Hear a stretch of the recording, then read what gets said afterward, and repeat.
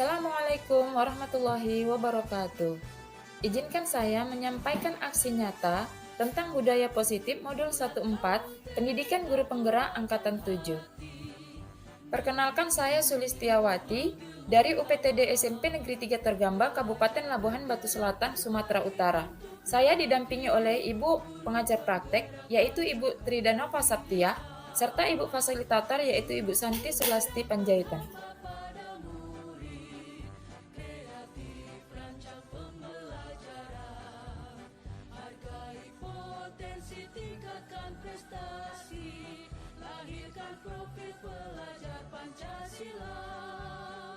Belajar, bergerak, berbagi untuk negeri, kita menjalin kolaborasi. Belajar, bergerak, berbagi untuk negeri, demi bakti pada Ibu Pertiwi. Assalamualaikum Bu. Waalaikumsalam. Silakan masuk Bu. Sini dulu. Ada apa Bu? Ini Bu, saya memohon izin kepada Ibu untuk melaksanakan diseminasi ataupun jenisnya webinar tentang budaya positif SMP Negeri 3 Tergamba. Rencana saya akan menyampaikannya tadi kepada Bapak Ibu Dewan Guru, sebelumnya beserta juga staf kependidikan, tata usaha, tenaga keperpustakaan, serta penjaga sekolah, dan menyampaikan materi tentang budaya positif yang akan kita laksanakan di sekolah kita ini dan bisa kita laksanakan di dalam kehidupan kita sehari-hari seterusnya. Jadi di sini materi yang sudah saya rangkum yang akan saya sampaikan nanti ketika pelaksanaannya. Rencana saya akan tersebut. Sampaikan ke Anies, lalu hal-hal apa aja yang mau disampaikan nanti ke anak-anak? Di sini nanti kalau tugasnya ke anak-anak akan membuat keyakinan puas yang akan dilakukan oleh Dewan Guru, terutama wali kelas masing-masing. Jadi setelah membuat keyakinan puas itulah perilaku anak akan menjadi lebih baik lagi atau sifatnya lebih positif dari sebelumnya. Ini udah materi yang disampaikan ya Bu ya? Ya, ini semua materi yang saya sampaikan. Sudah saya lihat ini bagus ya Bu ya. Nanti kita buat undangan nanti sama guru kita laksanakan hari-hari Kamis ya Bu ya? Siang aja Bu. Siang ya Bu ya. Jadi saya terima, nanti kita kumpulkan guru-guru untuk melaksanakan kegiatan ini tersebut untuk menyampaikan apa-apa yang mau Ibu lakukan. Sama-sama Bu, semoga sukses untuk Ibu ya Bu. Sama-sama Bu, ini sukses. Terima kasih ya Bu. Sama-sama.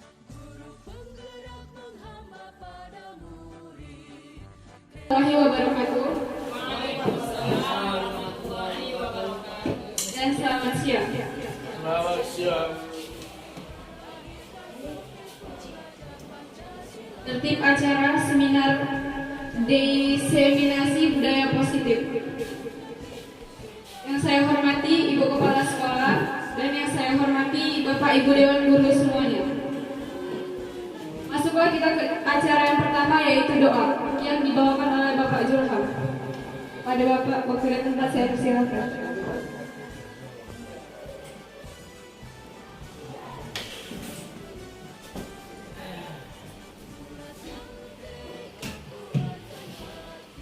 Assalamualaikum warahmatullahi wabarakatuh. Selamat pagi untuk kita semua dan salam sejahtera. Baiklah, untuk mengambil berkahnya atas pelaksanaan penguatan implementasi kurikulum Merdeka, maka dari itu alangkah baiknya kita memulainya dengan membaca doa. Bagi yang seiman sama saya, doa masing-masing, dan yang tidak seiman silakan berdoa menurut agama dan kepercayaan masing-masing.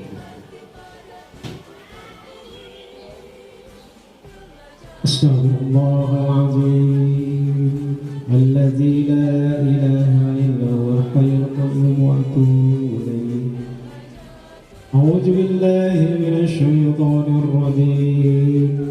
Bismillahirrahmanirrahim. Alhamdulillahi rabbil alamin, hamdan yuwafi ni'amahu wa yukafi majidah.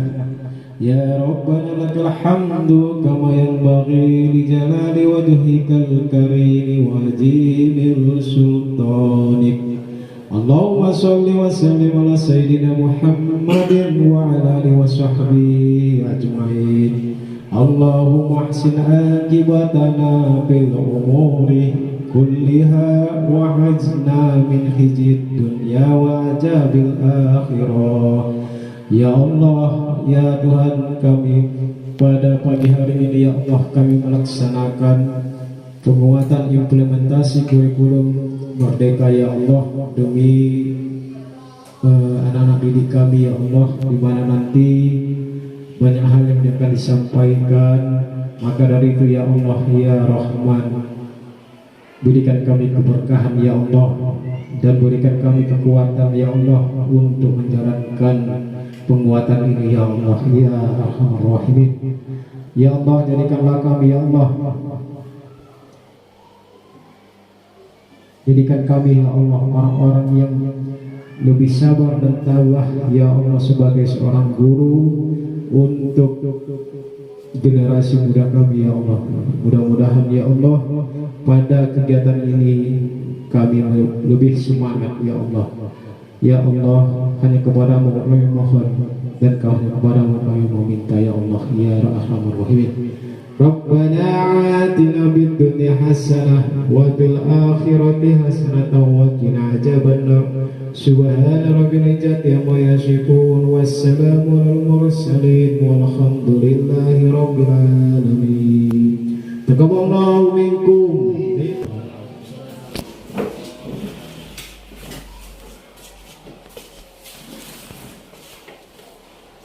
Saya ucapkan terima kasih kepada Bapak Julham. Selanjutnya menyanyikan lagu wajib Indonesia Raya yang akan dibawakan oleh Ibu Lisbeth Panjaitan. Kepada Ibu, waktu dan tempat saya persilahkan.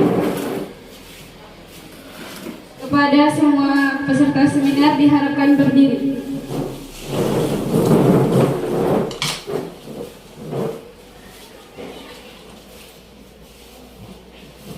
Hiduplah Indonesia Raya, Indonesia, 1, 2, 3, ya.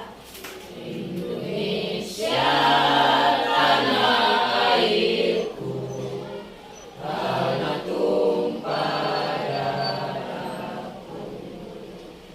Di sanalah aku berdiri, jadi pandu hidupku. Indonesia kebangsaanku, bangsa dan tanah airku. Marilah kita berseru, Indonesia bersatu. Hiduplah tanahku, hiduplah negeriku, bangsaku, rakyatku semuanya. Bangunlah jiwanya, bangunlah badannya untuk Indonesia Raya. Indonesia Raya, merdeka, merdeka, tanahku, negeriku yang ku cinta. Indonesia Raya, merdeka, merdeka, hiduplah Indonesia Raya.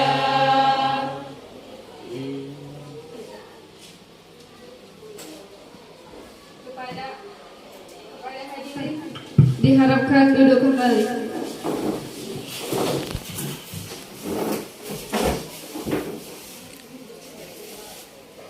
Selanjutnya yaitu kata sambutan dari Ibu Kepala Sekolah UPTD SMP Negeri 3 Torgamba. Kepada Ibu, waktu dan tempat kami persilahkan.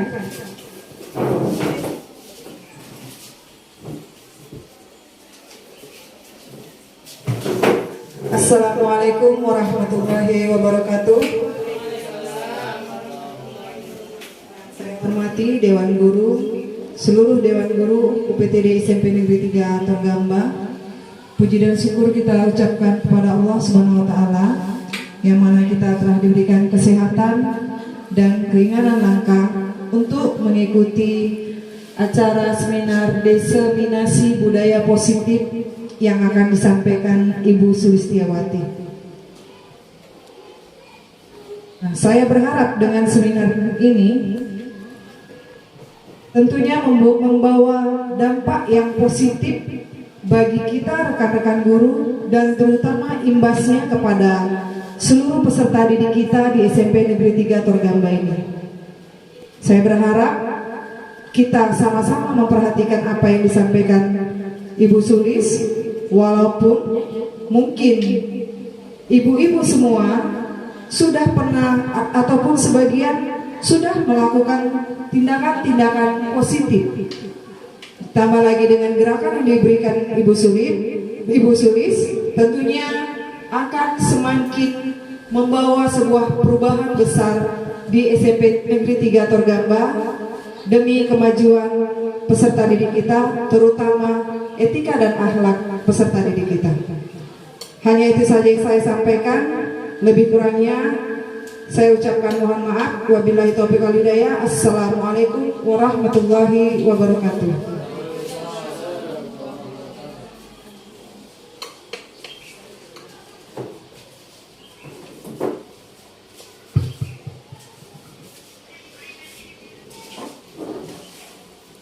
Terima kasih saya ucapkan kepada Ibu Kepala Sekolah. Selanjutnya, pemaparan materi yang disampaikan oleh Ibu Sulistiawati sebagai calon guru penggerak angkatan 7. Kepada Ibu, waktu dan tempat saya persilakan.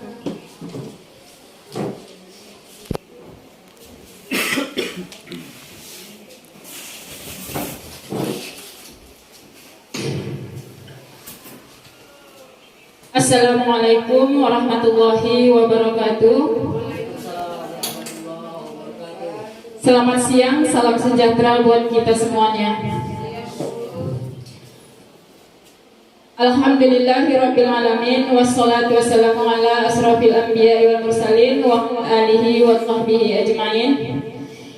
Yang terhormat Ibu Kepala Sekolah SMP Negeri 3 Torgamba, yang saya hormati Bapak Ibu Dewan Guru serta staf kependidikan, yang saya hormati Bapak penjaga sekolah yang turut hadir dalam acara diseminasi budaya positif keluarga besar Negeri 3 Torgamba. Sebelumnya di sini saya mengucapkan ribuan terima kasih atas kesediaan waktunya telah sudi memenuhi undangan kami untuk mengikuti seminar atau diseminasi budaya positif yang saya pelajari dari modul 14. Di sini yang perlu kami sampaikan adalah bagaimana kita membuat perubahan di sekolah kita menjadi lebih baik lagi ke depannya, menanamkan dan melakukan di dalam diri peserta didik perilaku yang baik atau yang bisa dikatakan sebagai nilai-nilai kebajikan. Jadi di sini harapan kami dan tujuan kami mengumpulkan Bapak Ibu untuk mengikuti diseminasi ini. Yang perlu kita sampaikan adalah yang pertama, kita terlebih dahulu harus memahami tujuan dari pendidikan menurut Bapak Ki Hajar Dewantara. Di sini Bapak Ki Hajar Dewantara menjelaskan bahwasanya tujuan pendidikan itu adalah menuntut segala kodrat yang ada pada anak agar mereka itu dapat mencapai keselamatan dan kebahagiaan yang setinggi-tingginya. Serta mereka itu juga dapat menjadi manusia yang berguna, yang bermanfaat di dalam kelompoknya atau di dalam kehidupan bermasyarakat nantinya. Di sini tugas kita sebagai Bapak Ibu Dewan Guru adalah menuntut laku tumbuhnya kodrat anak disesuaikan dengan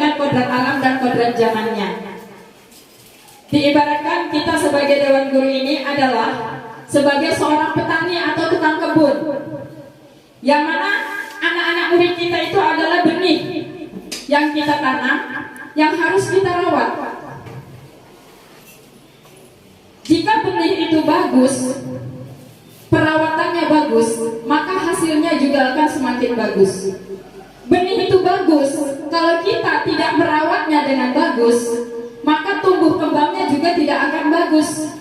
Maka di sini pertumbuhan kepribadian anak itu juga ada kaitannya dengan peran kita sebagai Bapak Ibu Dewan Guru. Jadi kita harus menumbuh kembangkan keperilakuan anak itu, merawatnya, membimbingnya, menuntunnya agar mereka itu berkembang sesuai dengan kodrat alam dan kodrat zamannya. Selanjutnya di sini yang akan kita laksanakan adalah perubahan. Perubahan yang akan kita laksanakan terhadap pribadi atau kelakuan anak menjadi budaya positif, yaitu budaya kelakuan yang di dalamnya terdapat nilai-nilai kebajikan sebagaimana yang harus dilakukannya di dalam kehidupannya sehari-hari. Di sini saya akan mengajak Bapak Ibu untuk berpikir sejenak. Di sini akan saya panggilkan salah satu Ibu Dewan Guru, yaitu Ibu Santi. Saya mohon kesediaannya untuk maju ke depan. Ya, kami harapkan kepada Ibu Santi.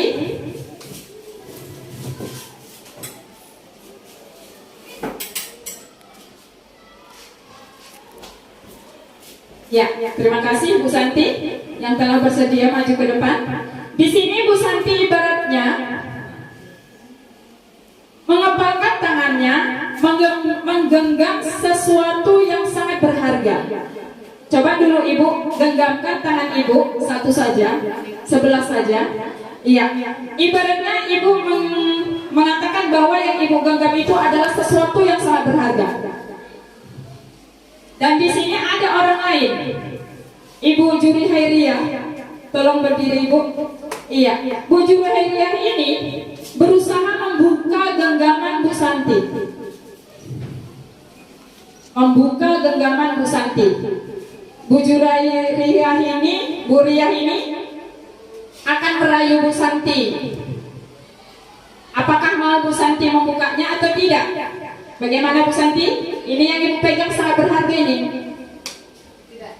Tidak. Oke. Nah, dimarahi sama Bu Ria. Bu Santi, minta tolong agar dibuka. Mau nggak membukanya?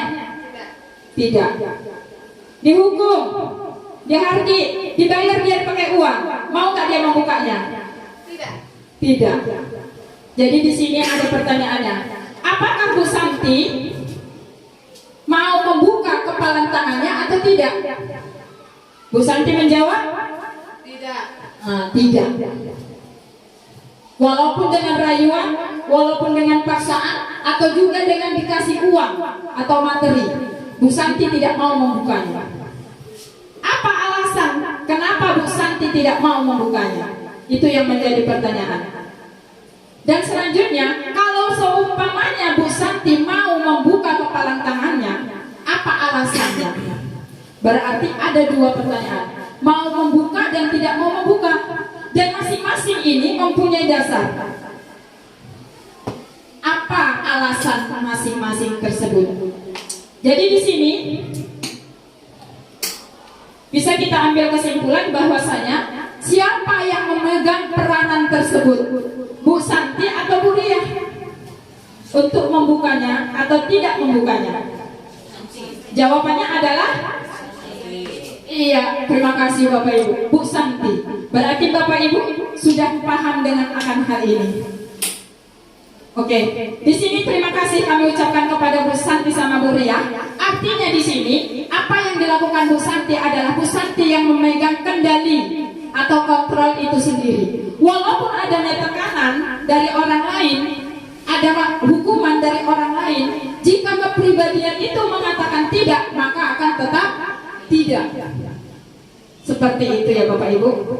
Nah, ini kita kembalikan kepada murid-murid kita juga seperti itu. Murid-murid kita itu melakukan sesuatu itu juga dengan atas kemauan mereka sendiri. Kita hukum, kita marahin, besoknya melakukan lagi kesalahan itu, dan seterusnya seperti itu. Kenapa? Mungkin cara kita yang kurang tepat untuk menangani murid kita tersebut. Jadi bagaimana kita supaya anak tersebut, murid kita tersebut, dialah yang mampu mengendalikan dirinya sendiri dengan adanya nilai-nilai positif yang tertanam di dalam dirinya. Itulah tujuan kita di sini sebagai Bapak Ibu Dewan Guru. Kitalah yang menanamkan nilai-nilai kebajikan yang baik, yang positif tersebut ke dalam diri anak. Mungkin itu saja. Terima kasih terlebih dahulu untuk bersama Bu Julia. Silakan duduk kembali. Dan kita lanjutkan di sini.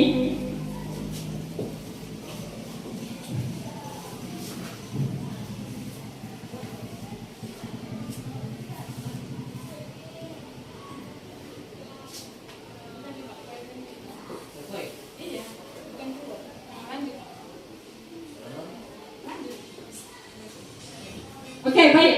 Terima kasih. Dan di sini kita akan mengetahui stimulus dan respon serta teori kontrolnya masing-masing. Yang pertama, realitas kebutuhan kita sama. Benar apa enggak?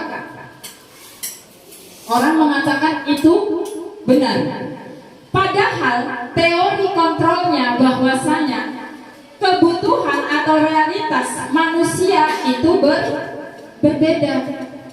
Jadi kita menginginkan A, sementara orang lain menginginkan B. Jadi keinginan manusia itu tidak sama. Selanjutnya, semua orang bisa melihat hal-hal yang sama. Namun teori kontrolnya adalah setiap orang memiliki gambaran yang berbeda. Itulah tadi pemikiran-pemikiran manusia itu berbeda. Apa yang kita pikirkan belum tentu itu yang dipikirkan oleh anak murid kita. Begitu ya Bapak Ibu. Dan selanjutnya, perilaku buruk dilihat sebuah kesalahan. Namun teori kontrolnya adalah semua perilaku memiliki tujuan. Kadang salah menurut kita apa yang dilakukan anak, tapi kita nggak bertanya apa tujuan anak melakukan hal tersebut. Jadi disinilah yang dimaksud stimulus respon dan teori kontrol tersebut.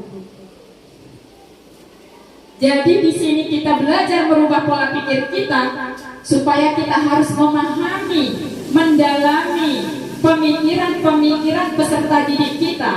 Apa tujuan peserta didik kita melakukan sesuatu ataupun bentuk kesalahan. Dan di sini ada juga orang lain bisa mengontrol saya. Teori kontrolnya adalah hanya Anda yang bisa mengontrol diri Anda sendiri. Sama halnya yang disampaikan oleh Bu Santi tadi. Dia tidak mau membuka kepelan tangannya karena dialah yang memegang peran tersebut.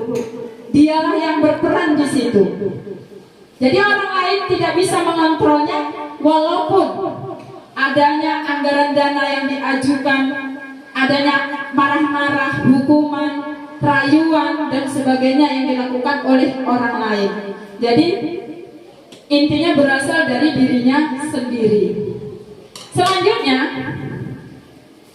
saya bisa mengontrol orang lain. Ini pendapat kita yang sering kita lakukan. Saya bisa mengatur anak murid kita. Betul kan Bapak Ibu? Betul kan Bu? Iya, betul. Kita merasa bahwa kita bisa mengontrol orang lain. Kita yang mau mengontrol murid-murid kita semuanya. Padahal berdasarkan teori kontrolnya adalah Anda tidak bisa mengontrol orang lain. Jadi seperti itu. Baik, lanjut Pak. Oke. Jadi disinilah letak di mana kita menerapkan sikap disiplin pada diri anak yang berasal dari dirinya sendiri. dari orang lain. Namun terlebih dahulu kita harus tahu apa yang dimaksud dengan disiplin. Disiplin sering kita dengar dengan peraturan. Apa yang terlintas di pikiran kita? Kebanyakan orang menghubungkan kata disiplin itu dengan tata tertib. Berkaitan dengan tata tertib, teratur, kepatuhan. Dan di sini disiplin sering dikaitkan dengan hukuman. Padahal itu sungguh berbeda. Ya. Menerapkan disiplin tidak harus dengan hukuman. Justru itu adalah salah satu alternatif yang terakhir. Dan bila perlu tidak harus dilakukan sama sekali. Yang disebut namanya hukuman. Itu tidak perlu dilakukan. Itulah yang sering selama ini terjadi di lapangan atau di sekolah kita. Namun budaya inilah yang harus kita rubah menjadi lebih baik. Jadi dalam budaya kita makna disiplin itu apa? Yang sesungguhnya dimaknai menjadi suatu yang dilakukan seseorang pada orang lain untuk mendapatkan kepatuhan. Jadi seperti itu ya Bapak Ibu. Sering kita mendisiplinkan siswa dengan menerapkan hukuman. Itu adalah hal yang tidak boleh dilakukan lagi. Dan selanjutnya, siswa itu memang diberikan kemerdekaan. Apalagi kita mendatang akan melaksanakan kurikulum merdeka berdasarkan filosofi Ki Hajar Dewantara. Jadi di sini, menurut Bapak Ki Hajar Dewantara, apa itu merdeka? Mardika iku jarwanya katanya. Noramung lepasin pangreh nying uga kuat kuasa aman diri priyangga. Apa artinya? Merdeka itu artinya tidak hanya terlepas dari perintah. Tidak hanya terlepas dari perintah itu katanya. Akan tetapi dia harus cakap buat memerintah dirinya sendiri. Itu menurut Bapak Ki Hajar Dewantara. Jadi memerintah diri sendiri inilah yang harus kita wujudkan. Ya. Selanjutnya, untuk memerintah diri sendiri, nilai-nilai kebajikan universalah yang harus dilakukan. Di sini ada saya tampilkan nilai-nilai kebajikan yang pertama menurut filosofi Bapak Ki Hajar Dewantara adalah profil pelajar Pancasila. Saya yakin Bapak Ibu sudah selalu mendengar ini. Profil pelajar Pancasila. Ya. Di dalam PMM. Apa itu? Beriman, bertakwa kepada Tuhan Yang Maha Esa dan berakhlak mulia. Mandiri, bernalar kritis, berkebinekaan global, bergotong royong serta kreatif. Ini yang harus dilaksanakan oleh seluruhnya, baik itu dewan guru maupun siswa atau murid. Ya.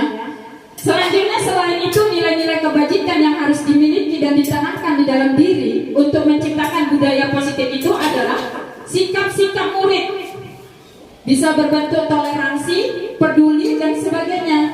Salah satunya adalah rasa menghormati, empati terhadap orang lain,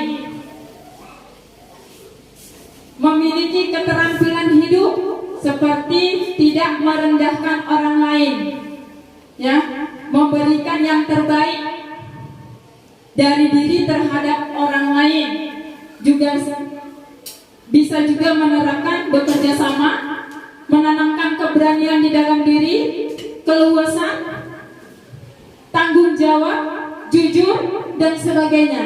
Itulah nilai-nilai kebajikan yang perlu kita tanamkan di dalam diri murid tersebut. Selain ini banyak lagi nilai-nilai kebajikan yang perlu ditanamkan. Gak mungkin semuanya saya ceritakan di sini. Waktu kita sangat tidak memungkinkan ya Bapak Ibu. Oke, mungkin itu saja nilai-nilai kebajikan. Ini nilai-nilai umum yang kita lihat secara nyata yang sifatnya positif. Itulah nilai kebajikan. Selanjutnya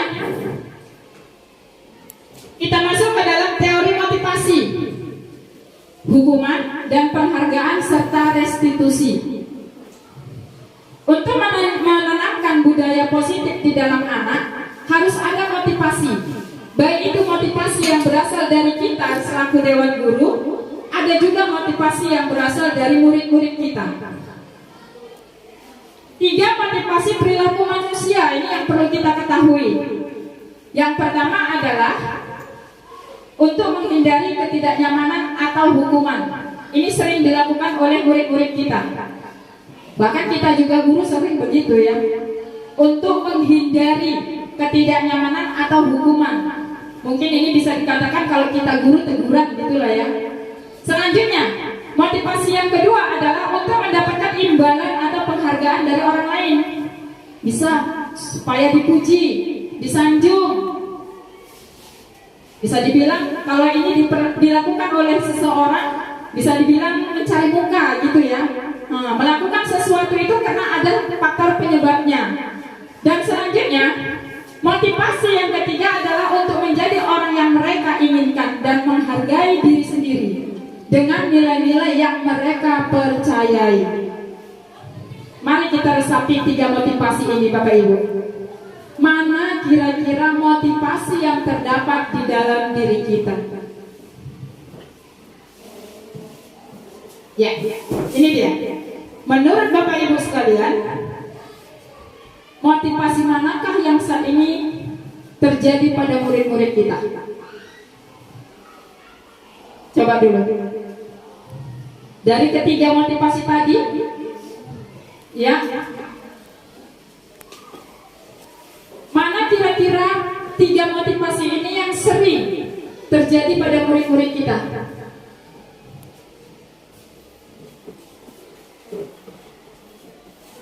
Ya, kira-kira yang mana Bu Eva?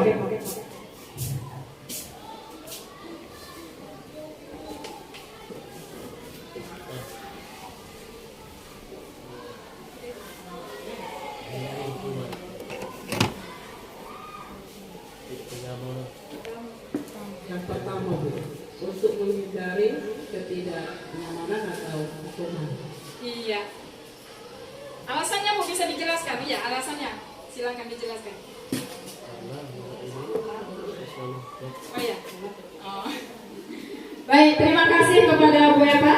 Di sini yang selalu dilakukan murid-murid kita melakukan sesuatu itu untuk menghindari ketidaknyamanan atau hukuman. Apakah itu nilai yang paling baik menurut Bapak Ibu sekalian? Dari ketiga motivasi yang ada. Kira-kira bagaimana Bapak Ibu? Apakah itu yang paling baik? Hah? Tidak. Iya. Berarti yang paling baik itu yang mana?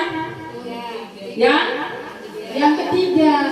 Apa itu? Untuk menjadi orang yang mereka inginkan dan menghargai diri sendiri dengan nilai-nilai yang mereka percayai. Artinya apa? Artinya di dalam melakukan sesuatu itu harus berasal dari dalam dirinya, bukan karena faktor eksternal, faktor luar, tetapi harus dari dalam dirinya, faktor dari dalam diri itu sendiri, atau disebut dengan intrinsik. Selanjutnya, lanjut Pak. Iya, itu tadi Pak. Ini dia, untuk Bapak Ibu sekalian. Sebagai seorang guru, saat Anda hadir mengajar di kelas tepat waktu, motivasi apa yang mendasari tindakan Anda? Apakah yang pertama tadi, yang kedua, atau yang ketiga?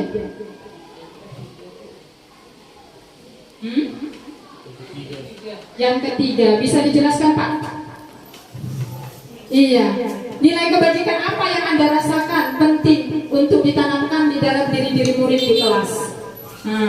Jadi apa yang Bapak rasakan, apa yang harus dilaksanakan untuk peserta didik? Silakan Pak. Karena memberi kebijakan anak-anak yang terbaik ke depannya, biar supaya anak kita itu rajin di saat belajar menerangkan guru tersebut. Dan bisa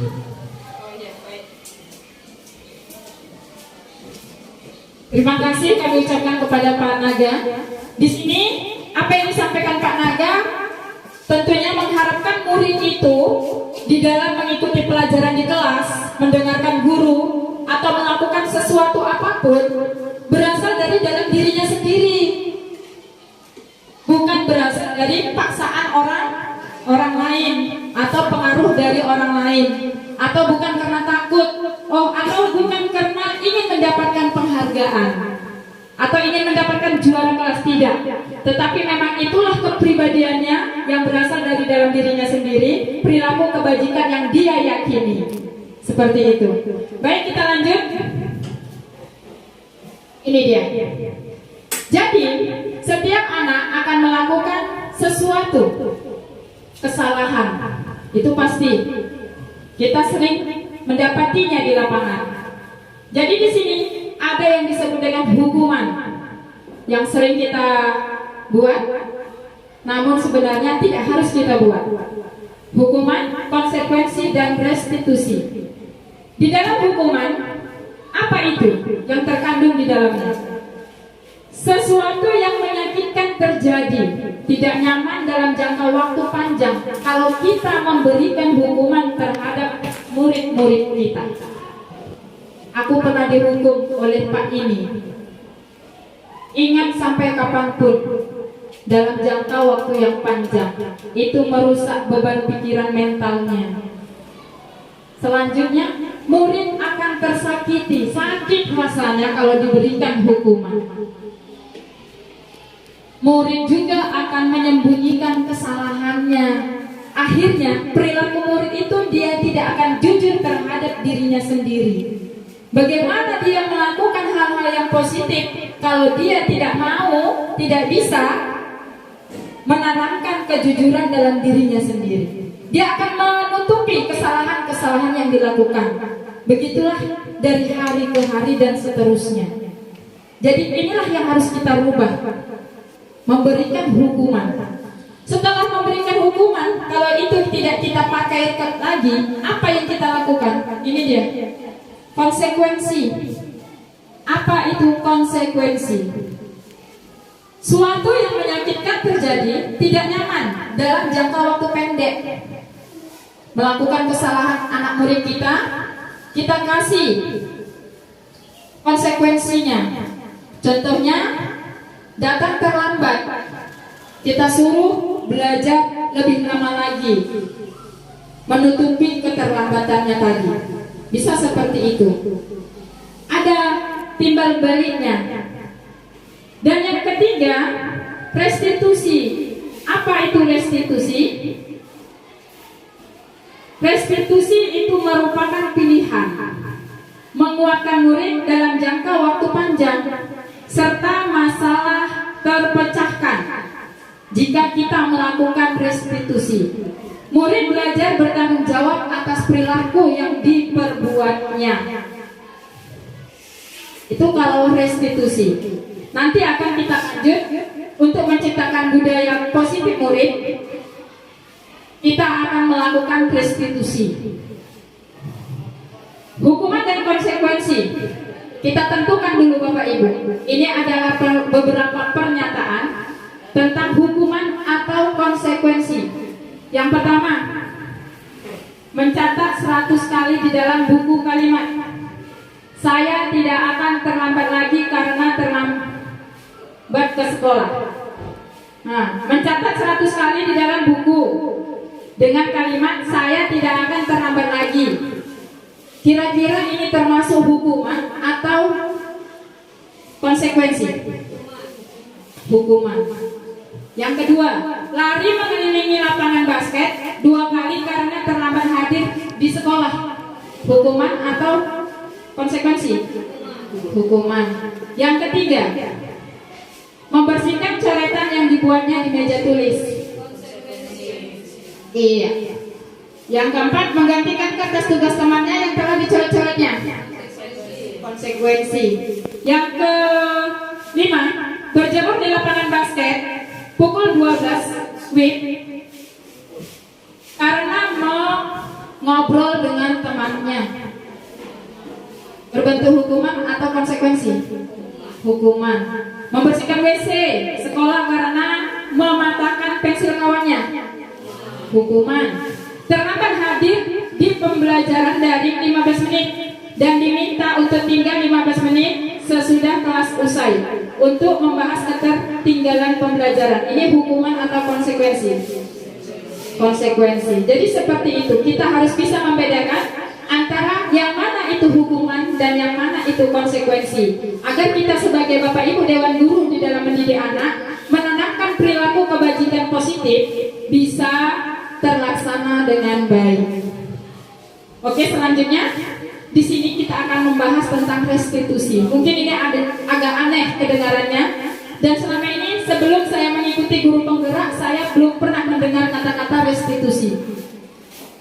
Baik, apa itu yang dimaksud dengan restitusi?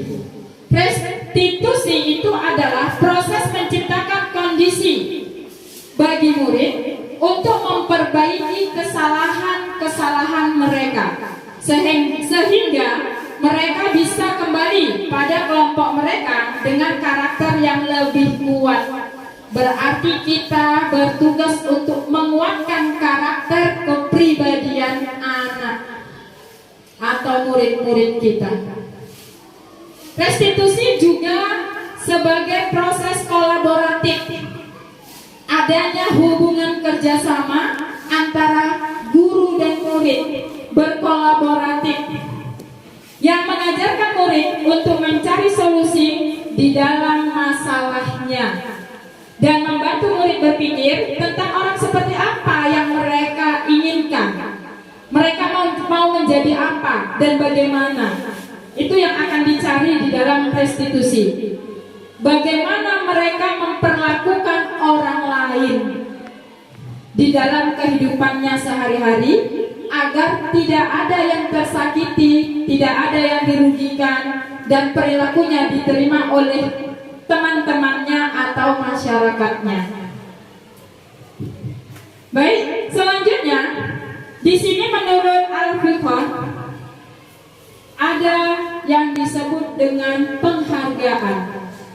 Murid-murid kita sering disebut dengan dihukum oleh penghargaan. Ini yang pernah saya ceritakan kemarin kepada Bapak Ibu sekalian. Di sini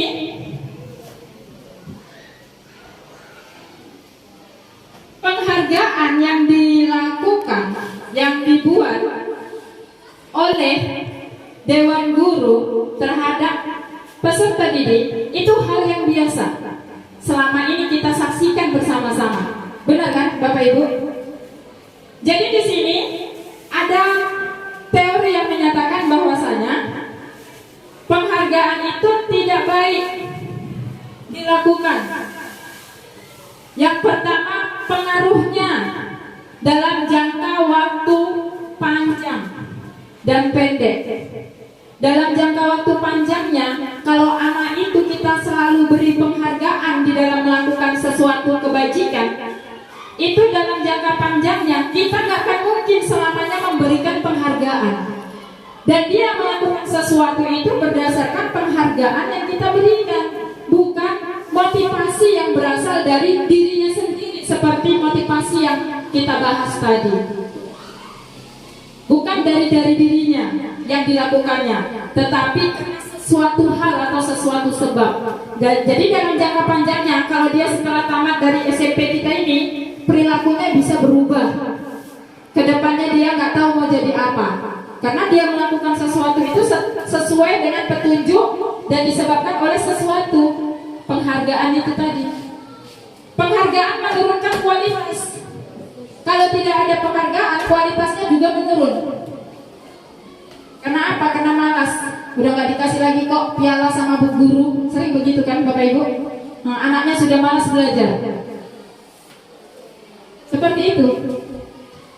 Penghargaan juga mematikan kreativitas. Setelah penghargaannya tidak diadakan, kreatifnya pun hilang. Gak berkembang, gak mau dia melakukan sesuatu hal-hal yang baru. Itulah yang akan terjadi kalau seumpamanya penghargaan itu tetap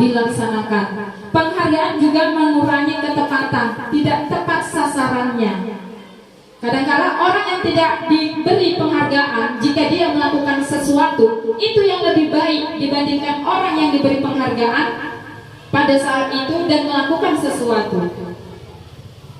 Sebenarnya penghargaan yang sesungguhnya itu adalah penghargaan dari hasil apa yang dilakukannya sendiri, yang berkembang dari dirinya sendiri, bukan disebabkan oleh faktor eksternalnya, faktor orang lainnya atau lingkungannya. Penghargaan tidak efektif. Nah, ini juga sering terjadi. Kenapa? Karena pengaruhnya juga sangat besar. Bisa juga menjadi perusak hubungan antara murid yang satu dengan murid yang lain. Ini yang paling dihukum jika adanya penghargaan ranking juara kelas, yang juara 3, 4, 5 itu yang tersakiti. Kenapa? Perasaannya kecewa. Kenapa aku tidak juara 1? Kekecewaan itulah yang tidak efektif sebenarnya. Itulah yang tidak baik. Itulah yang disebut dengan hukuman secara tidak langsung. Yang baik itu yang bagaimana? Melakukan sesuatu dari dirinya sendiri. Budaya positif dari dalam dirinya sendiri. Itulah yang terbaik. Jadi inilah dia seharusnya. Motivasi yang terdapat dari dalam dirinya sendiri atau yang disebut dengan intrinsik. Oke, Bapak Ibu. Lanjut, Pak. Ya, di sini untuk menciptakan budaya positif, setelah kita tahu bahwasanya adanya hukuman, adanya konsekuensi, kita lanjut bagaimana kita menciptakan budaya positif di sekolah kita. Ini dia. Mengapa harus keyakinan kelas yang kita ciptakan? Ini, kita masing-masing guru harus membuat keyakinan kelas. Kenapa tidak peraturan kelas? Peraturan kelas ini ada perbedaannya. Ya Bapak Ibu. Kenapa tidak peraturan kelas? Kenapa harus keyakinan kelas? Begini, Bapak Ibu. Jika peraturan kelas itu ditetapkan oleh sekolah, gurunya yang menetapkan. Tetapi kalau keyakinan kelas yang membuatnya adalah kesepakatan antara guru dan murid atau yang disebut dengan kolaborasi, saling memberikan pendapat antara guru dan murid, maka keyakinan kelas lebih efektif dibandingkan peraturan kelas. Dan di sini nantinya Bapak Ibu Dewan Guru terutama wali kelas bisa membuat keyakinan kelas di kelasnya masing-masing. Jadi bagaimana mewujudkan keyakinan kelas tersebut secara efektif? Setelah dibuat, ditulis, ditempel di dalam ruangan kelasnya masing-masing. Selanjutnya, ini dia pembentukan keyakinan kelas yang di sekolah. Keyakinan kelas itu bersifat lebih abstrak, ya, lebih abstrak, lebih nyata dibandingkan peraturan kelas. Keyakinan kelas juga berupa pernyataan universal. Ya, selanjutnya keyakinan kelas juga hendaknya jangan terlalu banyak, sedikit aja. Yang penting bisa dipahami oleh seluruh anggota kelas. Selanjutnya, semua warga kelas hendaknya ikut berkontribusi dalam pembuatan keyakinan kelas agar keyakinan kelas tersebut bisa efektif. Ya. Selanjutnya, bersedia meninjau kembali keyakinan kelas dari waktu ke waktu. Apakah keyakinan kelas yang sudah disepakati itu bisa dilaksanakan dengan baik atau maksimal? Nah, di sini ada prosedur pembuatannya. Mempersilakan warga sekolah atau murid di sekolah untuk curah pendapat tentang peraturan yang akan disepakati. Selanjutnya mencatat semua masukannya. Setelah dicatat, disusun keyakinan kelas itu sesuai dengan prosedurnya. Mengganti kalimat-kalimat negatif menjadi kalimat positif. Keyakinan sekolah atau kelas yang sudah disepakati bisa dilekatkan ke dinding kelas di tempat yang mudah dilihat oleh semua siswa atau murid yang ada di kelas maupun keluarga sekolah. Dan yang terakhir, keyakinan kelas itu harus ditinjau kembali secara bersama-sama apakah sudah dilaksanakan secara berkelanjutan atau belum, atau mana yang perlu diperbaiki sebagai evaluasinya. Di sini ada curah pendapat tentang pembuatan keyakinan kelas. Sebagai contoh, guru tugasnya mengajar, mendidik, menjawab pertanyaan, memberi nilai, mengatur kelas, menjalankan keyakinan kelas, peduli terhadap semua murid, dan lain-lain. Itu yang seharusnya dilakukan guru. Sedangkan tugas murid belajar mencoba menghasilkan yang terbaik, bertanya ketika tidak paham, mengikuti peraturan, menjalankan keyakinan kelas, serta mengerjakan tugas-tugasnya dengan rasa bertanggung jawab. Itu tugas murid. Ini sebagai contoh curah pendapat antara guru dan murid. Begitu juga dengan guru, tugasnya bukan menyakiti atau disakiti. Guru itu bukan untuk disakiti, ya. Memaksa kamu untuk belajar, tidak. Guru itu tidak memaksa, tetapi menuntun. Merapikan barang-barang murid itu bukan tugas guru. Menyiapkan makanan juga bukan tugas guru untuk murid. Nah, seperti itu. Begitu juga dengan yang termasuk bukan tugas siswa. Menyakiti atau disakiti itu juga bukan tugas siswa. Mengeluh, siswa itu tidak boleh mengeluh. Merusak barang-barang pribadi, melakukan tugas guru itu bukan tugas siswa. Seperti itu. Jadi jangan melakukan tugas yang bukan tugas guru, dan siswa juga jangan melakukan yang bukan tugas siswa.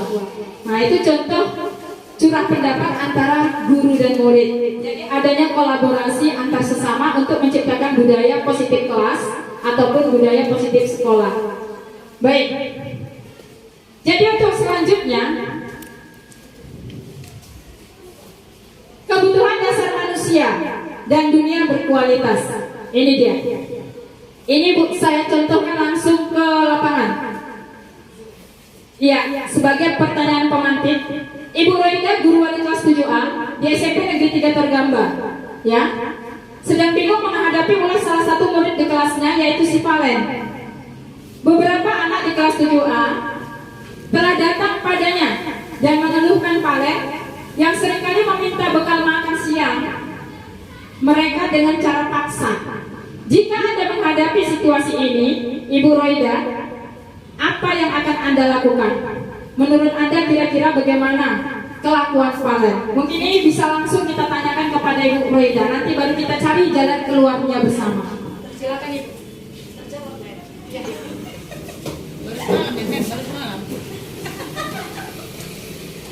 Iya. Terima kasih buat kesempatannya. Memang inilah salah satu masalah terbesar dalam kelas 7A, ya. Iya, masalah terbesar ini hanya satu, Valen. Karena dia sering menjauhi teman-temannya di kelas. Jadi sudah berbagai cara saya buat untuk menghadapinya. Dilembuti sudah, dibujuk juga sudah, dikerasi juga sudah. Nah, jadi udah semua cara, jadi bagaimana lagi mau kita buat, ya kan? Nah, jadi yang terakhir ini saya buat kasih surat. Kemarin saya katakan, Valen, kau akan dapat surat panggilan. Nah, gitu kan? Ketika saya bilang dia dapat surat panggilan, dia langsung menangis. Ternyata itulah kelemahan dia. Kenapa menangis, Valen? Karena dapat SP, Bu. Oh, berarti kau nggak mau orang tuamu dipanggil? Iya, Bu. Makanya lurus juga hati kita, kan? Kita sebagai guru. Nah, makanya surat panggilan itu pun jadi batal. Karena dia sudah mulai menurun, gitu kan? Tapi ulangi lagi. Cuman kan masih yang pertama, gitu kan? Masih peringatan pertama, masih kita kasih kesempatan, nggak apa-apa gitu. Jadi apa kira-kira alasan si Valen melakukan hal itu? Itulah yang nggak dapat saya. Sudah, Bu. Udah, sekian. Ya, terima kasih untuk Ibu Roida yang telah menangani masalah anaknya, keluh kesahkannya selama ini. Oke, selanjutnya di sini. Ya, selanjutnya kita harus memahami 5 kebutuhan dasar manusia ya Bapak Ibu. Inilah dia permasalahannya sebenarnya. Ada 5 kebutuhan dasar manusia. Yang pertama itu manusia melakukan sesuatu memiliki tujuan atau motivasi tadi yang sudah kita bahas. Namun ada tujuan tertentu, ada tujuan khususnya. Yang pertama bertahan hidup. Jadi kita contohkan tadi si Palen, dia sering mengambil makanan temannya. Apakah ini dasar di dalam diri si Palen tersebut? Dia mengambil makanan itu untuk bertahan hidup karena di rumahnya dia nggak makan, atau bagaimana? Itulah yang harus kita gali dalam diri anak tersebut. Itu yang pertama, kemungkinan alasan si Palen mengambil makanan teman-temannya tadi adalah untuk bertahan hidup. Mungkin juga mamanya di rumah nggak masak, sehingga dia membutuhkan makanan supaya dia nggak kelaparan di sekolah. Itu yang pertama. Yang kedua, alasan si Palen ngambil makanan temannya bisa aja karena dia ingin merasa senang. Senang dia mengambilin makanan temannya, senang dia membuat keributan mungkin. Karena kesenangan dalam dirinya saja, cuma iseng-iseng itu bahasanya. Bisa juga dia melakukan semuanya itu karena ingin mencuri perhatian Bapak Ibu Dewan Guru. Inilah dia, ingin mendapatkan rasa kasih sayang dan ingin merasa diterima di kelasnya. Jangan diisolasi atau jangan diintimidasi seperti itu. Ingin mendapatkan perhatian khusus, ingin mendapatkan kasih sayang, baik dari lingkungan sekolah maupun di lingkungan keluarganya. Bisa juga ingin kebebasan dia, bebas dia melakukan sesuatu sesuai dengan kemauannya sendiri. Mungkin itu juga dasar yang dimiliki di dalam diri si Palen. Jadi disinilah kita harus menemukanali apa-apa yang terdapat di dalam diri anak tersebut. Apa latar belakangnya, apa sebabnya, apa motivasinya, apa tujuannya, begitu Bapak Ibu. Supaya apa? Kita menyelesaikan masalah anak tersebut bisa berhasil dan terlaksana secara maksimal. Nah, usul Bu Santi kurang kasih sayang katanya. Oke, baik. Di sini Bapak Ibu ada 4 pernyataan. Ibu guru bilang, aku tidak boleh bersenandung sewaktu mengerjakan tugas. Katanya kelas harus tenang, tidak ada suara. Kan nggak seru jadinya. Itu kata-kata dia. Apa dasar kebutuhannya Bapak Ibu dari yang 5 tadi? Apakah kebebasan, kesenangan, penguasaan, atau rasa ingin diterima dan bertahan hidup? Yang mana Bapak Ibu? Kesenangan. Itu yang pertama. Yang kedua, aku bosan. Masa belajarnya cuma gitu-gitu aja, dengerin ibu guru aja? Itu termasuk dasar yang mana? Hah? Iya, kebebasan. Belajarnya dia itu ingin bebas berdasarkan keinginannya sendiri. Jadi anak itu memiliki kebutuhan dasar. Selanjutnya ibu guru tidak menyapaku hari ini, padahal aku pakai jepit rambut baru. Ingin apa? Ingin kasih sayang, ingin diperhatikan, ingin disanjung-sanjung mungkin. Itulah kebutuhan dasarnya. Dan yang terakhir, aku sebel, gambarku tidak rapi. Malah ibu guru nunjukin ke teman-temannya di depan kelas. Ini bagaimana Bapak Ibu? Kira-kira kebutuhan dasar mana yang dialami oleh anak tersebut?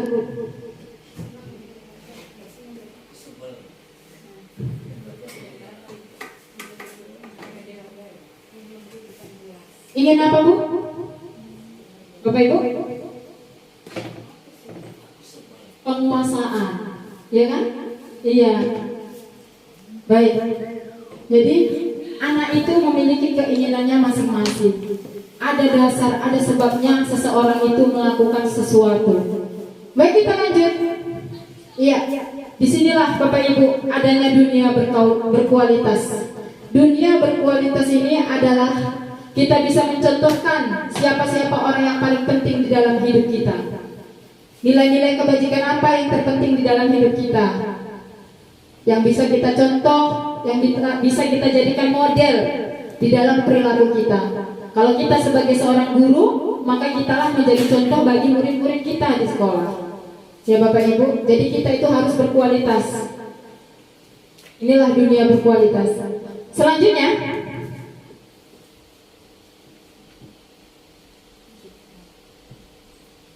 ya, di sini terdapat 5 posisi kontrol. Setiap anak di dalam menciptakan budaya positif selalu melakukan ketidaksesuaian atau bisa disebut dengan pelanggaran. Bagaimana tindakan kita untuk melakukan kebijakan mengatasi anak-anak yang bermasalah? Di sini ada 5 posisi kontrolnya. Yang pertama, kita itu sebagai dewan guru dianggap sebagai penghukum. Mau kita Bapak Ibu? Hah? Tidak, pasti nggak mau. Yang kedua, pembuat rasa bersalah. Yang ketiga, sebagai teman. Yang keempat, sebagai pemantau. Dan yang kelima, sebagai manajer. Selanjutnya, ini dia Bapak Ibu, 5 posisi kontrol tersebut. Sebagai penghukum, guru itu selalu berbuat menghardik, menunjuk-nunjuk, menyakiti atau menyindir. Kalau membuat rasa bersalah, guru itu selalu berceramah, mengatakan yang seharusnya dan merasa kecewa ibunya. Yang ketiga, sebagai teman, membuat alasan dasar murid-muridnya. Apa alasan-alasan murid tersebut melakukan kesalahan? Bisa juga sebagai pemantau, menghitung atau mengukur kelakuan pribadi anak. Dan yang terakhir sebagai manajer, mengajukan pertanyaan-pertanyaan positif. Jadi bisa kita lihat videonya Bapak. Tolong Bapak Ibu, kita definisikan nanti videonya ini. Silakan Pak. Ini kita lihat peran sebagai penghukum ya Bapak Ibu.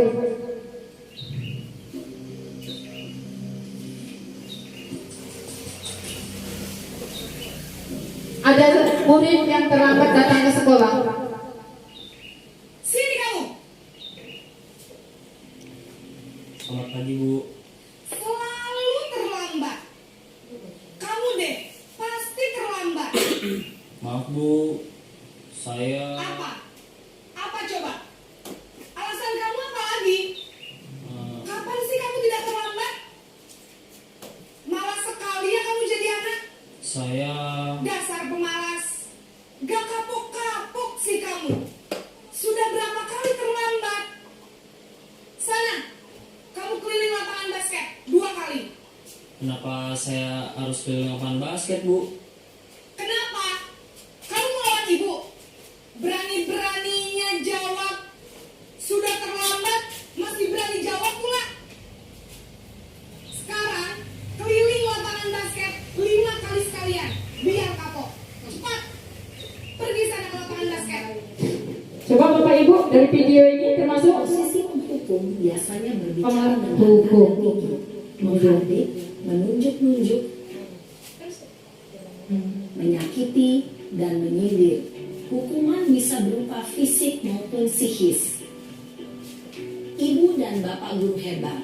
Dampak yang terjadi pada murid ketika guru berada pada posisi penghukum adalah murid cenderung akan memberontak, bahkan menyimpan dendam.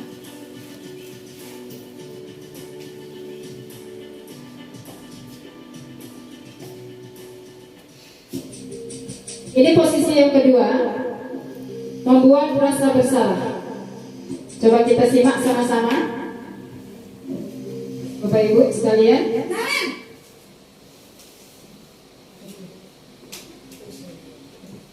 pagi Bu. Naren, kamu kenapa terlambat lagi, nak? Ya Tuhan, Naren. Kamu senang ya bikin ibu susah ya? Kalau kamu terlambat lagi, nanti ibu yang ditegur bapak kepala sekolah, nak. Disangka ibu tidak bisa membina kamu. Duh, gimana ini? Maaf Bu. Duh, Gusti Naren. Kamu suka ya kalau ibu ditegur bapak kepala sekolah?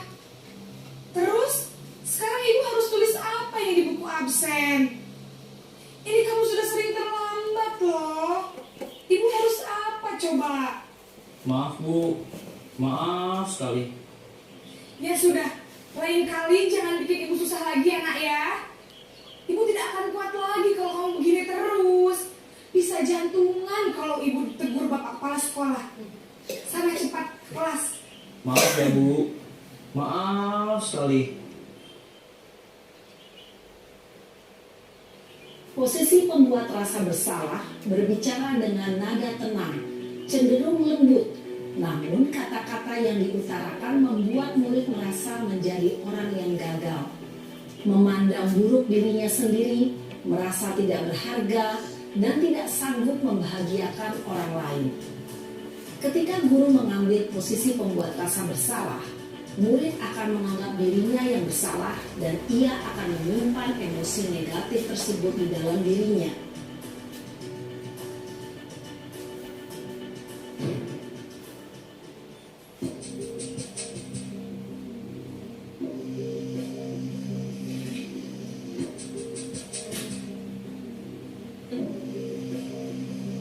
Naren!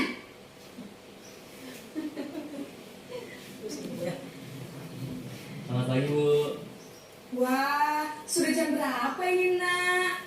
Terlambat lagi ya sayang. Iya Bu. Habis ibu saya lupa bangunkan saya Bu. Kamu malah menyalahkan ibu kamu. Kamu bukannya anak yang larinya paling kencang. Kok terlambat sih? Iya Bu. Saya memang terlambat bangun tadi. Jadi biarpun saya lari kencang, tetap gak terkejar Bu. Ya sudah sana. Nanti lain kali larinya lebih kencang lagi ya. Biar gak terlambat lagi. Bikin seneng ibu. Demi ibu. Bisa kan? Bisa lah Bu. Ya sudah sana masuk kelas. Ibu beresin urusan absen kamu. Kamu ini ada-ada saja. Dalam posisi teman, guru berbicara dengan nada suara ramah, akrab, cenderung bersenda gurau untuk menjaga suasana tetap santai. Murid akan merasa senang, aman, dan akrab dengan guru.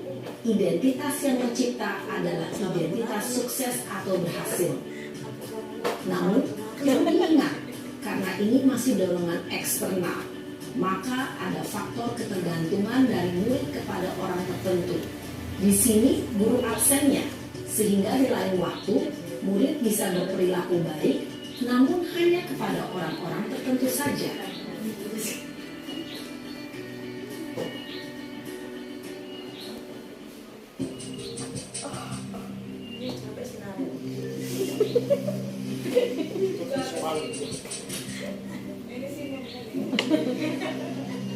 Naren!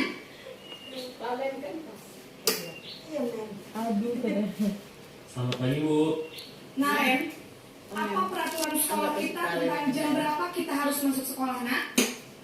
Kita harus di sekolah jam 7 Bu. Iya betul, sekarang sudah jam 7.20. Naren sudah tahu konsekuensinya jika terlambat hadir. Paham Bu. Saya harus tinggal kelas pas jam istirahat selama 20 menit. Iya benar, konsekuensinya demikian. Jadi nanti jam 9.30 pas istirahat, kamu harus tinggal di kelas, kerjakan tugas tambahan untuk ketertinggalan kamu, ya? Baik Bu. Posisi pemantau mengandalkan penghitungan atau data untuk mengontrol murid. Guru mengarahkan murid berdasarkan peraturan dan konsekuensi. Seorang pemantau menunjukkan bahasa tubuh dan ekspresi wajah yang datar dan cenderung formal.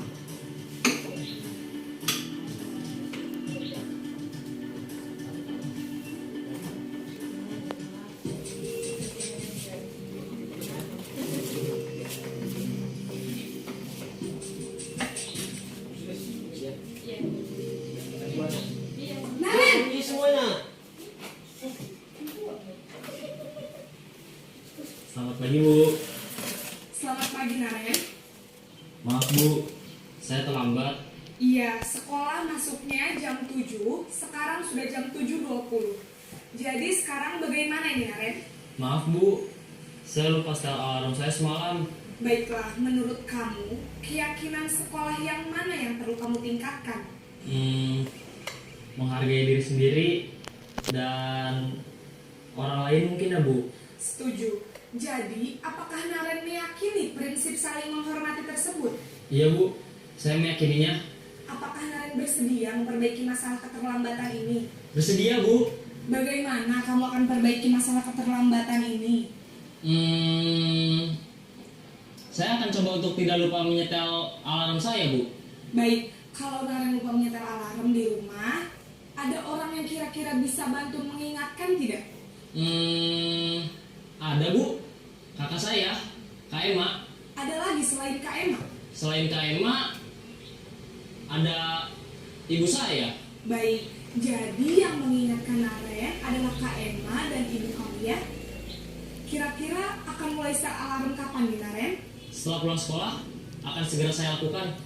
Baik, jadi Naren akan setel alarm untuk bangun besok pagi dan akan diingatkan oleh kakak dan ibunda Naren ya?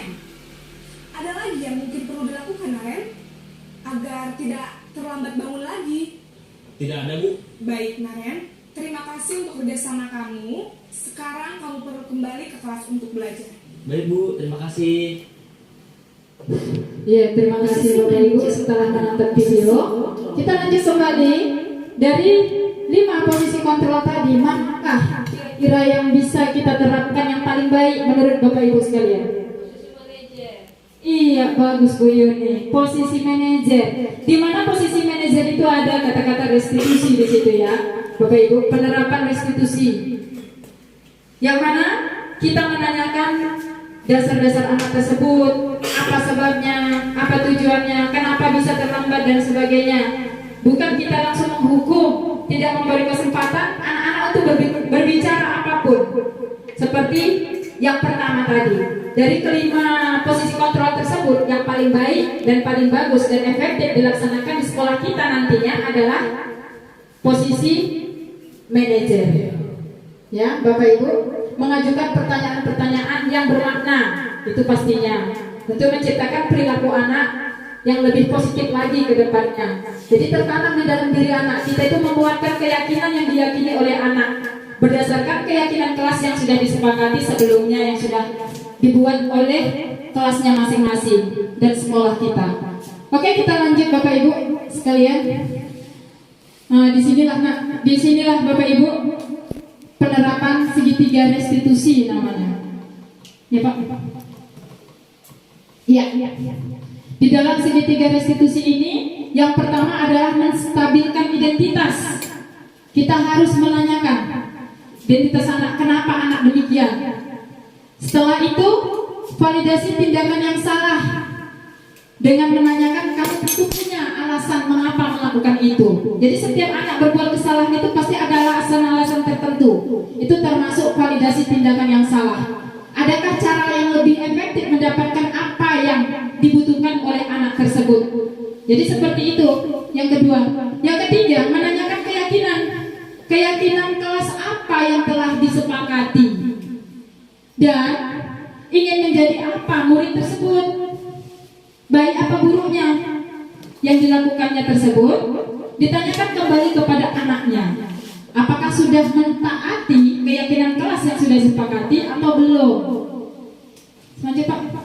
Jadi selanjutnya di sini, ini dia contoh-contoh pertanyaan yang bisa dilakukan di dalam menerapkan segitiga restitusi ya Bapak Ibu. Terutama ini mungkin sangat bermanfaat bagi Bapak BK ya. Berbuat salah itu tidak apa-apa. Itu menstabilkan identitas supaya anak itu tidak takut. Belum lagi menghadap sudah takut duluan, itu yang sering terjadi ya kan Bapak. Tidak ada manusia yang sempurna. Itu pertanyaan pernyataan yang sangat memancing anak untuk berani berbicara jujur. Saya juga pernah melakukan kesalahan seperti itu. Kita mengatakan bahwa seperti itu. Saya juga pernah berbuat seperti itu, tapi kan gitu kan? Ada kelanjutannya. Kita bisa menyelesaikan masalah ini. Pertanyaan pernyataan itu bisa membangun anak untuk bercerita supaya masalah itu bisa terpecahkan. Nah ini juga kamu berhak merasa begitu. Jadi anak itu diberi kebebasan sedikit, berhak dia melakukan apapun, itu hak dia karena keyakinan yang dia yakini yang dilakukannya. Seperti itu. Namun kita menuntunnya untuk kembali kepada kodratnya. Mana nilai-nilai kebajikan yang menjadi tujuan utama dia. Seperti itu. Lanjut, Pak. Nah ini yang pertama, menstabilkan identitas. Ini yang kedua, memvalidasi tindakan yang salah. Pertanyaan yang diajukan contohnya adalah, kamu bisa melakukan yang lebih buruk dari ini. Itu pernyataannya. Kamu pasti punya alasan mengapa melakukan hal itu. Ini kita tanya dulu, apa latar belakang, apa penyebabnya di dalam anak tersebut melakukan sesuatu tindakan. Kamu patut bangga pada dirimu sendiri karena kamu telah melindungi sesuatu yang penting buatmu. Mungkin itu tujuannya. Anak itu melakukan sesuatu mungkin tujuannya untuk kepentingan dirinya sendiri atau ada sesuatu hal untuk orang lain. Kamu boleh mempertahankan sikap itu, tapi kamu harus menambah sikap yang baru. Sikap yang baru itu yang bagaimana? Sikap-sikap nilai positif yang harus diterapkan di dalam kehidupan sehari-hari atau nilai-nilai kebajikan universal. Dan yang ketiga adalah menanyakan keyakinan di dalam 3 restitusi. Yang terakhir, apa yang kita percaya sebagai keyakinan kelas kita atau keluarga kita? Apa yang kita percayai? Itu yang harus ditanyakan kepada anak tersebut. Nilai apa yang telah disepakati sesuai dengan keyakinan kelas atau di dalam hukum? Bisa juga ini kembali kepada hukum agama karena nilai-nilai kebajikan universal ini secara umum, ya, bukan mengikat kepada satu peraturan tertentu. Contohnya peduli terhadap orang lain, tanggung jawab, jujur, itu kan perlu secara umum dilakukan di mana saja berada. Apa bayangan kita tentang kelas yang ideal yang akan diciptakan oleh wali kelas beserta murid-muridnya? Dan kamu juga bisa menjadi orang yang seperti apa? Itu pertanyaannya. Jadi dengan dia melakukan sesuatu kesalahan itu, apa yang diinginkannya? Itu perlu dipertanyakan. Apa latar belakang, apa tujuan akhirnya? Seperti itu. Jadi setelah ini dipertanyakan, pasti anak itu akan terbuka, mencurahkan permasalahannya, kembali kepada peran kita sebagai guru, bersikap sebagai manajer, ya, bukan menjadi penghukum atau pembuat rasa bersalah. Oke? Mungkin hanya ini yang dapat saya sampaikan. Di dalam menciptakan budaya positif sekolah kita itu sangat penting sekali ke depannya dan bisa dilaksanakan secara berkelanjutan. Supaya apa? Supaya sekolah kita bisa menjadi lebih maju, lebih bernilai kebajikan yang baik. Itu pastinya menjadi tujuan utama kita. Sebagaimana kita nantinya harus memiliki visi misi yang kuat untuk menerapkan budaya-budaya positif sekolah. Jadi budaya positif sekolah ini terwujud jika masing-masing kelas membuat kesepakatan kelas dan melaksanakan secara bersama-sama. Maka akan lahirlah budaya positif sekolah. Mungkin itu kesimpulan saja sedikit yang perlu saya sampaikan. Ya, saya di sini mengucapkan ribuan terima kasih kepada Bapak Ibu Dewan Guru yang telah sudi meluangkan waktunya. Dan mohon maaf apabila penyampaian materi pada siang hari ini di sana-sini terdapat kekurangan dan kesalahan. Di sini saya berdiri di hadapan Bapak Ibu bukan bermaksud untuk mengajari atau merasa lebih hebat, tetapi di sini saya berbagi pemahaman dan pengalaman saya. Semoga apa yang saya sampaikan ini bermanfaat bagi sekolah kita yang akan kita wujudkan sebagai sekolah yang berbudaya positif.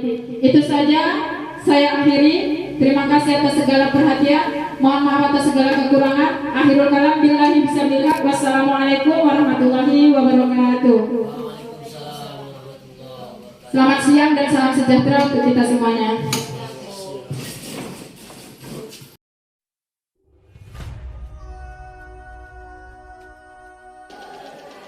Oke, baik. Silakan